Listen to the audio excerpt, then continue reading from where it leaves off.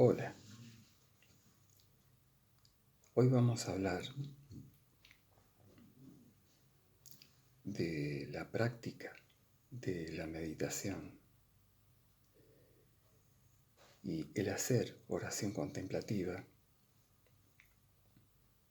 y cuál es la correlación neuronal en relación a la fenomenología, o sea, a la experiencia que uno va teniendo a través de los distintos pasos en la medida que avanzamos en la profundidad del proceso de meditación o de la oración contemplativa. Así que, como vamos a usar algunos términos específicos, voy a definir en principio la personalidad, que es lo que va a modificar a nivel de rasgos esta práctica de la meditación o de la oración contemplativa. Y vamos también a hablar un poco de del concepto de las redes neuronales, que son las configuraciones que se van a modificar a través de los mecanismos neuroplásticos y que va a contribuir a la transformación de nuestra personalidad, que es simplemente un conjunto de rasgos que se mantienen estables a través del tiempo. Y ahora vamos a hablar en principio de esto, de la personalidad.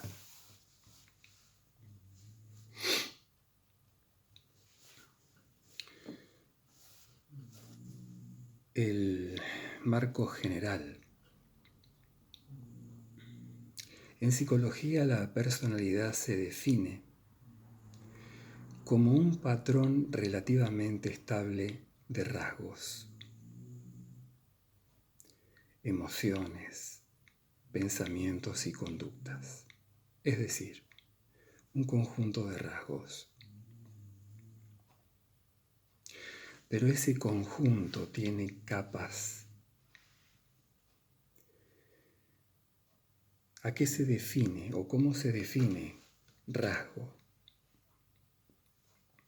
Un rasgo es una tendencia estable a responder de cierta manera.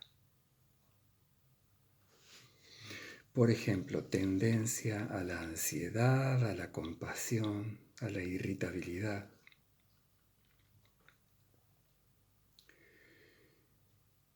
La capacidad de tener una atención sostenida. Y en términos modernos, desde la neurociencia, un rasgo es la expresión conductual de patrones relativamente estables de redes neuronales.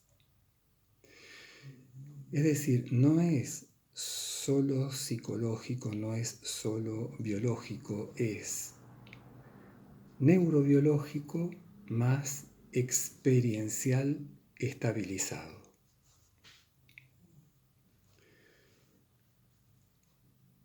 Los rasgos no son puramente genéticos, pero tampoco son totalmente aprendidos.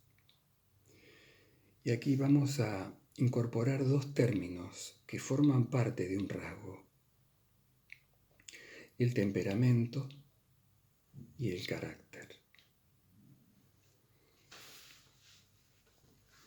Esta distinción clásica nos va a ordenar mucho.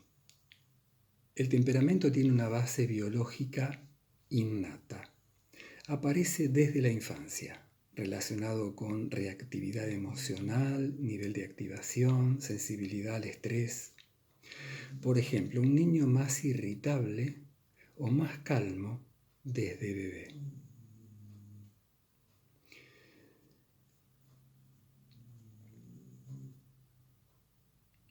Tiene mucha relación con la genética y el desarrollo temprano.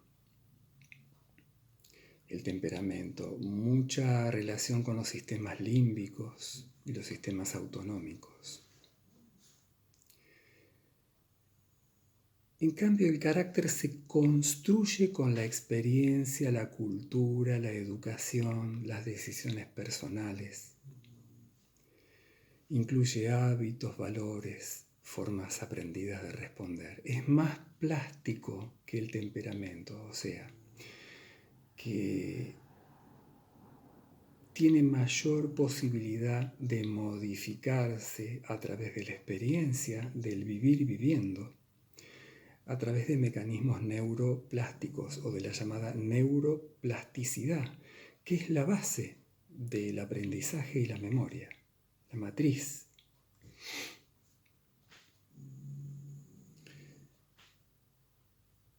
En uno de los libros en PDF que les envié, que se llama Rasgos Alterados, que está escrito por Daniel Goleman y Richard Davidson, investigadores de los procesos que se dan en la práctica de la meditación, la correlación neuronal, la neurobiología.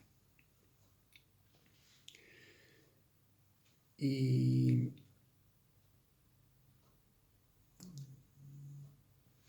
hay algo que distinguir, que es estados y rasgos.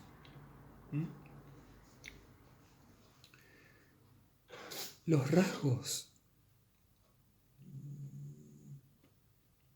son estables, persisten fuera del estado meditativo.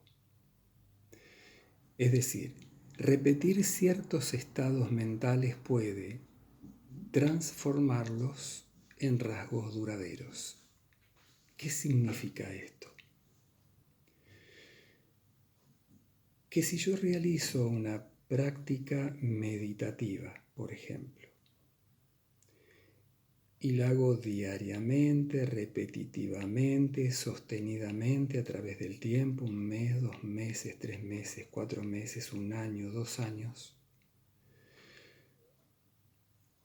ese estado alterado de conciencia que se da en la meditación, si recordamos de la primera charla de experiencias místicas, habíamos dicho que los estados alterados de conciencia son todos aquellos estados que no son el estado ordinario de la conciencia, que es el de este momento, por ejemplo, estar interactuando, hablando, pensando, razonando.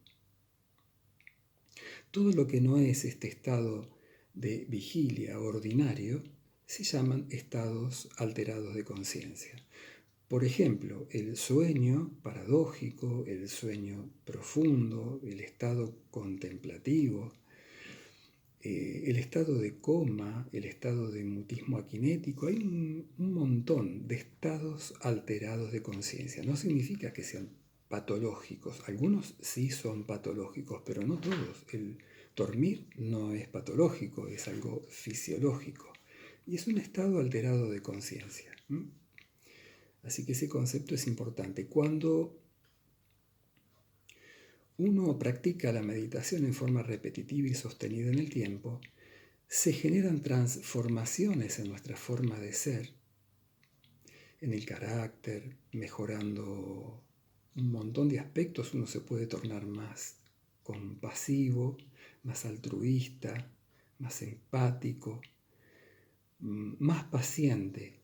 Y eso significa que está alterando rasgos de la personalidad, los está modificando para bien. Pero también el estado meditativo, en la medida que va pasando el tiempo, también se transforma y pasa a ser un rasgo. Y ese rasgo que genera el estado de la meditación va adquiriendo a través de las distintas prácticas de meditación en la que estoy en ese estado meditativo, cuando estoy en la profundidad del estado, me es mucho más fácil acceder a ese estado. Significa que ese estado, en la medida que se realiza en la práctica sostenida de la meditación pasa a ser también un rasgo, tal que llegar al estado profundo de meditación o contemplación se transforma en rasgo. Inclusive hay una configuración determinada de redes neuronales en ese tipo de estados, que se correlaciona neurobiológicamente con ese estado de profundidad meditativa. Una serie de patrones de ondas, de estados fisiológicos del sistema nervioso autónomo, que vamos a ver en la tercera parte de esta charla. Así que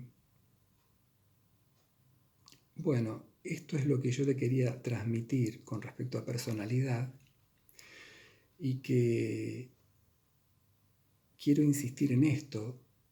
El hecho de realizar una práctica meditativa o el hacer oración contemplativa en forma repetitiva, sostenida a través del tiempo, nos transforma nuestra personalidad porque transforma los rasgos. Y la práctica de la meditación, cuando llego a un estado profundo, ese estado también se transforma, y cada vez que practico la meditación es más accesible poder llegar más rápido a un estado profundo de meditación. O sea que también se transforma en rasgo. Y los rasgos a los que me lleva la meditación después se expresan en la vida cotidiana, con nuestra forma de ser.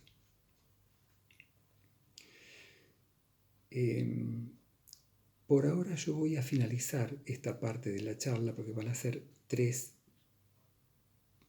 pequeñas charlas, y en la segunda, en la siguiente, vamos a hablar de redes neuronales, porque cuando hablemos en la tercera de cuáles son los pasos que se siguen en el acto meditativo o contemplativo, lo que se va a modificar son las configuraciones de estas redes neuronales. Bueno, muy bien, hasta pronto.